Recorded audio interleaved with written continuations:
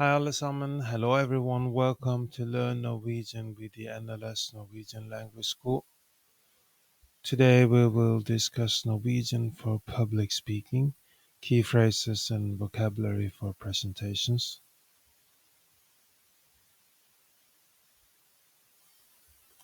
Public speaking is a skill that benefits from practice and preparation, especially when it involves a language that's not your mother tongue.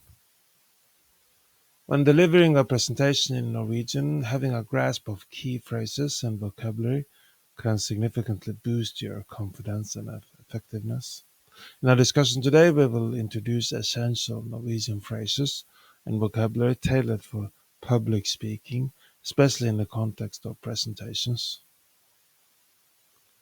Basic greetings and introductions. Hei alle sammen. Hei alle sammen. Hei alle sammen. Hello everyone. Mitt navn er navn. Mitt navn er navn. Mitt navn er navn. My name is name. Jeg representerer firma, organisasjon. Jeg representerer firma, organisasjon. Jeg representerer firma, organisasjon. I represent a company, organization. Takk for at dere kom i dag. Takk for at dere kom i dag. Takk for at dere kom i dag. Thank you for coming today. Opening your presentation. I dag skal jeg snakke om tema. I dag skal jeg snakke om tema. I dag skal jeg snakke om tema. Today I will talk about topic. Først, la oss se på hovedpunkt. Først, la oss se på hovedpunkt. Først, la oss se på hovedpunkt. First, let's look at one point. Dette er en viktig sak fordi årsak. Dette er en viktig sak fordi årsak. Dette er en viktig sak fordi årsak. This is an important issue because reason. Structuring the presentation. For det første, for det andre, for det tredje. For det første, for det andre, for det tredje. For det første, for det andre, for det tredje. Firstly, secondly, thirdly. La oss nå fokusere på emnet. La oss nå fokusere på emnet. La oss nå fokusere på emnet. Let's now focus on subject. Som dere kan se på dette bildet, skjemaet, grafen. Som dere kan se på dette bildet, skjemaet, grafen. Som dere kan se på dette bildet, skjemaet, grafen. As you can see in this image diagram graph,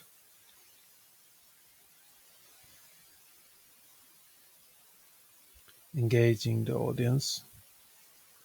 Hadde noen av dere erfaring med emnet? Har noen av dere erfaring med emnet? Har noen av dere erfaring med emnet?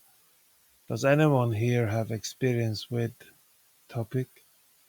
Jeg vil gjerne høre deres tanker om emnet.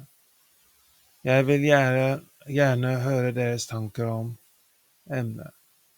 Jeg vil gjerne høre deres tanker om emnet. I would like to hear your thoughts on topic. La oss diskutere dette videre. La oss diskutere dette videre. La oss diskutere dette videre. Let's discuss this further. Handling questions. Er det noen spørsmål? Er det noen spørsmål? Er det noen spørsmål? Are there any questions? Det var et godt spørsmål. Det var et godt spørsmål. Det var et godt spørsmål. That's a good question. La meg forklare nærmere. La meg forklare nærmere. La meg forklare nærmere. Let me explain in more detail.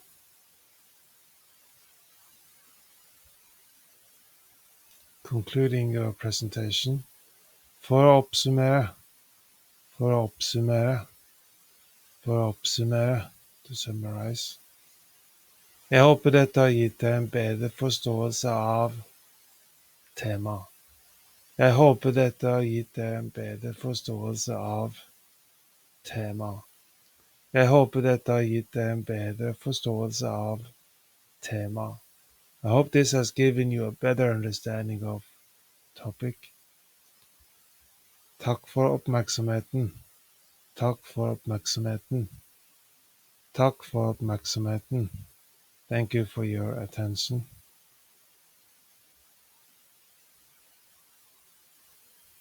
Additional useful vocabulary. Foredrag. Foredrag. Foredrag. Lecture. Graf. Graf. Graf. Graph. Innledning. Innledning. Innledning. Introduction. Konklusjon. Konklusjon. Konklusjon. Conclusion. Publikum. Publikum. Publikum. Audience. Talepunkter.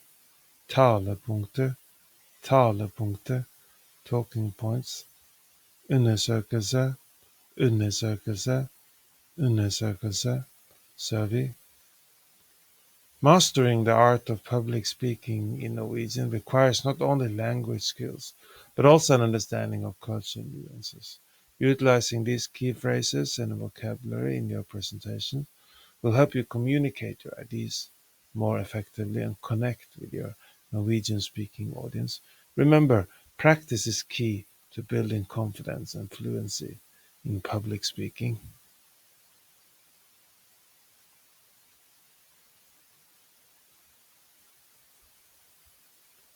Do you want to take Norwegian classes? We are offering Norwegian classes at all levels, A1, A2, B1, B2, C1, C2. We offer classes in Oslo, at the school, Norwegian language school in Oslo, or online. If you're interested in taking Norwegian classes, you can go to our website, nlsnorwegian.no, nlsnorwegian.no. We now have a referral program, so if you refer a friend that starts to learn Norwegian, take Norwegian classes, you will get $150, and your friend will get a discount on the student fee of $100. So this is a win-win situation. If you're interested in our referral program, please visit our website, nlsnorwegian.no, nlsnorwegian.no. Elevate your Norwegian language skills from the comfort of your home by subscribing to the Norwegian Language School on YouTube. Enjoy expertly crafted lessons, interactive exercises, and a vibrant community, all designed to take you from beginner to fluent, one video at a time.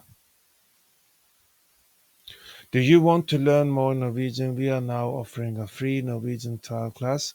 Sign up for a free trial class by going to our website, nlsnorwegian.no, nlsnorwegian.no.